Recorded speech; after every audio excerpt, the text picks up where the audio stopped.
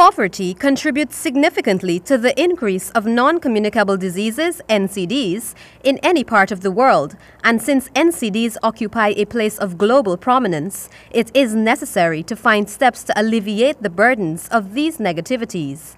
That's according to Director of the Ministry of Foreign Affairs, Multilateral and Global Affairs Department, Troy Torrington. Poverty is usually a very good predictor or contributor to NCDs, and you in fact develop a vicious cycle in which poverty then contributes to NCDs, and as long as you're in that situation, then it becomes a situation that is vicious in terms of escaping from that cycle. Mr. Torrington explained that both developed and developing countries are joined in the fight in tackling NCDs, and contrary to what many may think, the challenge is as great in developed countries as it is in any developing country. In developed countries, as it is in developing countries, of course, for developing countries, that double burden of, disease in terms of communicable diseases and then the added burden of non-communicable makes it, and the capacity of developing countries to respond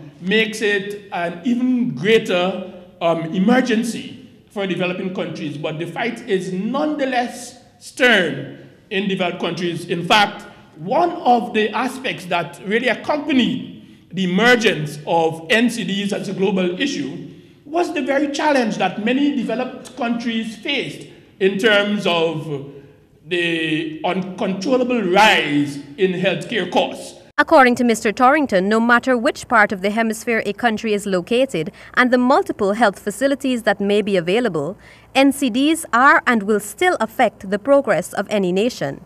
Health is a precondition, outcome, and indicator of development. So it is right at the core of all that the UN does in terms of achieving development. And of course, we know that the UN has three basic preoccupations. And those big objectives are peace and security, human rights, and development. A survey conducted last year by the Ministry of Public Health revealed that NCDs account for 70% of fatalities in Guyana.